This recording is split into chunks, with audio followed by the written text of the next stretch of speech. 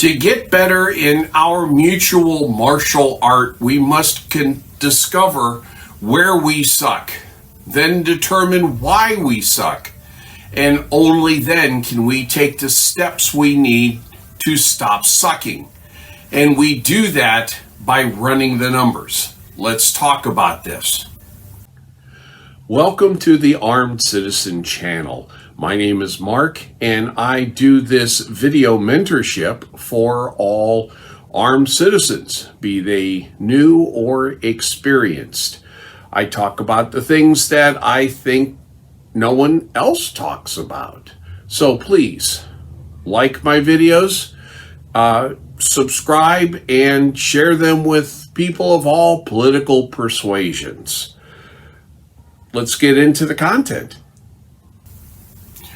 A drill properly captured reveals a plethora of data points that can be used to glean useful information. And it is through a series of these drills over a period of time that we can plot our performance so we can determine a trend that will tell us if we're getting better, if we're getting worse, or if we have plateaued. I will admit it, I'm a spreadsheet nerd. I joke that I wash everything but my laundry through a spreadsheet. I use Excel not just to run numbers, but also use it to run my various flat file databases. I bring this up because I have spent the past few months working on a spreadsheet to quantify my drills. I am willing to share it with you, or hope it inspires you to do something similar. In doing something like this, here is a warning. Too much data can be a bad thing. You can analyze too much data. You can parse every split time, every transition time, then group and sort them by whatever weapon you used and so on. Remember back in episode 16, I talked about IDIC, infinite diversity and infinite combinations. The best way to improve your skills is to work on one thing at a time. Do it the old way enough so you have a baseline. Then change one thing in how you do this skill. Do that one change until you can determine if it moves you toward your goal or not.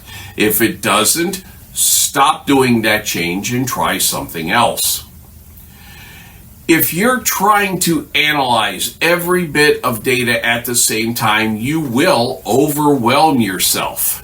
It is best to pick a few data points to look at and analyze. Once you get better at those metrics, then you can move on to other metrics. For example, a Vice Presidente drill gives us a lot of data. We start with a drawn shoot at a target from open, concealed, or ready. Then we must fire a second time, perform a controlled pair to make a controlled pair, transition to the second target, controlled pair, transition to the third target, controlled pair again. Then we have to perform a slide lock reload and run the drill backwards to complete it. What does this drill tell us? How fast we can draw and shoot, what our split times for the controlled pairs are, how fast we can transition from target to target, how fast we can reload, which adds up to the overall time for the drill. Do that drill once a week for 3 months on top of your normal training, and we can see a clear trend from those numbers, up, down, or flat.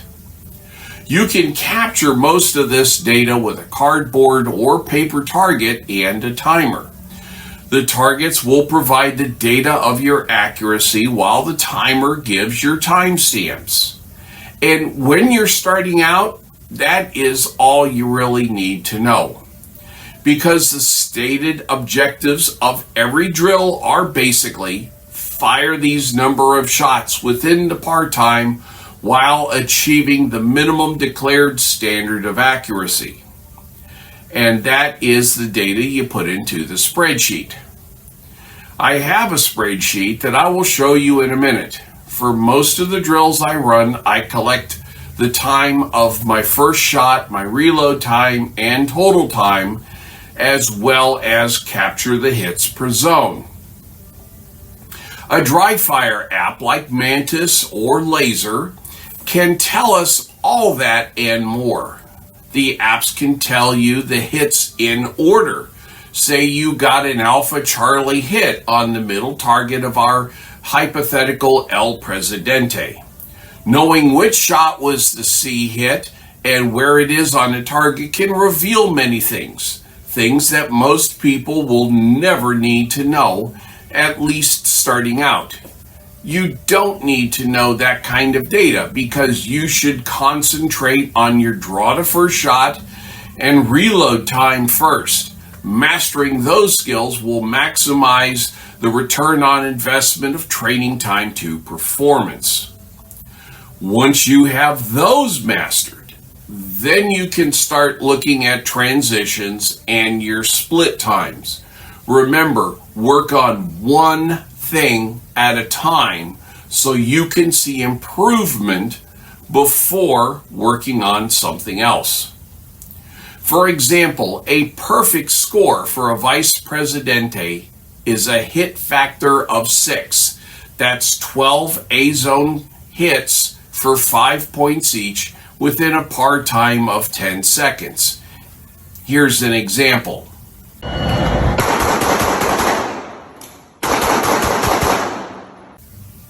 His first shot was at 0.92 seconds. His reload speed was 1.25 seconds. His total time was 4.09 seconds with 9 alphas and 3 charlies. That's a hit factor of 13.2.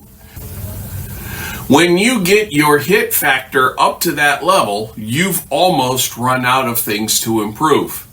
It's at this point, if you want to worry about hit order, we can talk about it. Get there first. We have to know how to crawl before we can walk, run, or fly. I really hate interrupting myself mid-tirade, but I just wanted to put in a real quick reminder to please like this video, subscribe to this channel, and share it with all of your friends. That's how I grow this channel and get to more people. So, all right, back to myself. My own recent run on the Vice Presidente, I had a hit factor of 6.84. My first shot was in 1.61 seconds. My reload was 2.35 seconds. And my total time was 7.6. I had 9 alphas, 2 charlies, and 1 delta. Now, let's say I get my draw and reload time down to his level, and I work on my accuracy not to drop that delta hit. Fixing those 3 things boosts my hit factor to a 9.29 and almost 28% jump in performance. It's at this point I can start capturing my split and transition times so I can analyze and improve them. Now I'm going to show you some screenshots of this spreadsheet. I am showing this to you because I intend to release this in the future. This is still a very rough thing. I have a lot of features I still want to add, so it is a work in progress. I have to upgrade my Excel skills so I can do those things. The first thing I want to show you is the dashboard. I am currently capturing data on a total of 28 drills, 6 rifle drills, 6 pistol qualifiers that I use to quantify my overall performance, and 16 regular pistol drills. The 5 most recent drills out of 50 for each are shown. The arrows below some of the drills tells me the trend for the last 5 drills. If there are less than 3 drills, then I get an NT or no trend, as you need at least 3 data points to determine a trend. The colors reflect how long it's been since I shot that particular drill. 3 days or less, green. 4 to 30 days, yellow. Between 30 and 60 days is orange, and over 60 is red. Yes, I know there's a lot of red in those drills. For every drill, I collect a base level of information, which are marked orange on the headers. That is the date the drill was performed, the firearm, if it was a live fire, dry fire, or cool fire. I also collect the targets used, the distance, and if I'm starting concealed, open, or at ready, and the position of my hands if I'm concealed or open carry. I capture what kind of fire because the amount of recoil does affect your split and thus overall times. The SIRT pistol has 0 recoil, the cool fire some, and of course live fire the most. Please note I said I'm capturing it, not analyzing it yet. The columns with the green headers are where I collect the drill times and accuracy. Because each drill is different, obviously the collected data is different. There are 2 points of data I collect from every drill that has them. The first global data point is, of course, first shot. I break them down by concealment from open carry and also ready, either low or compressed. I capture the first shot from the El Presidente differently because you have to turn and face to start the drill. The next global point is reload time. Those 2 skills are my priority to improve.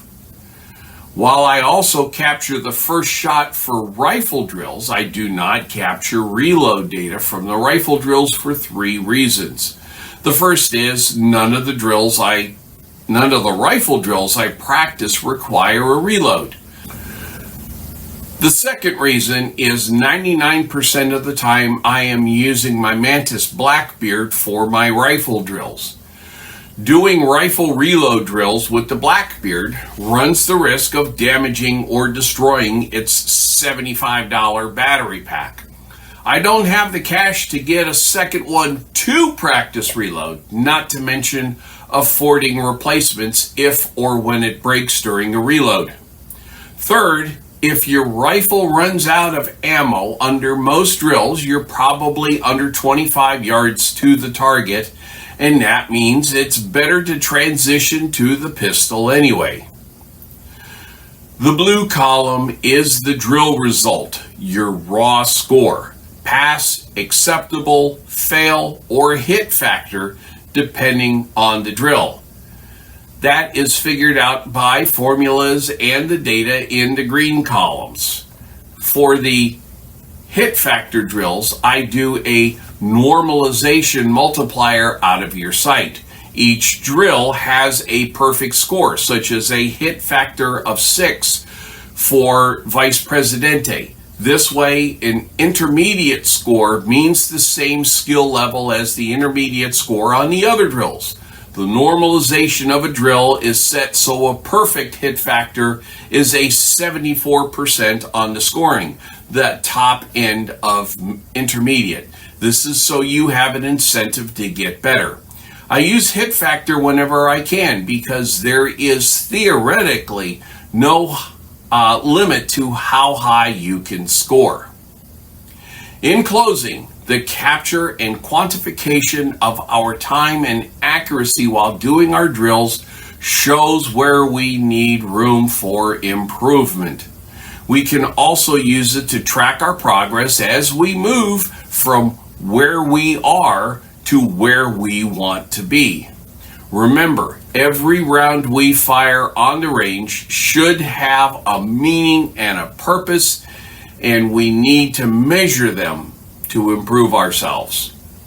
Y'all have yourselves a wonderful day.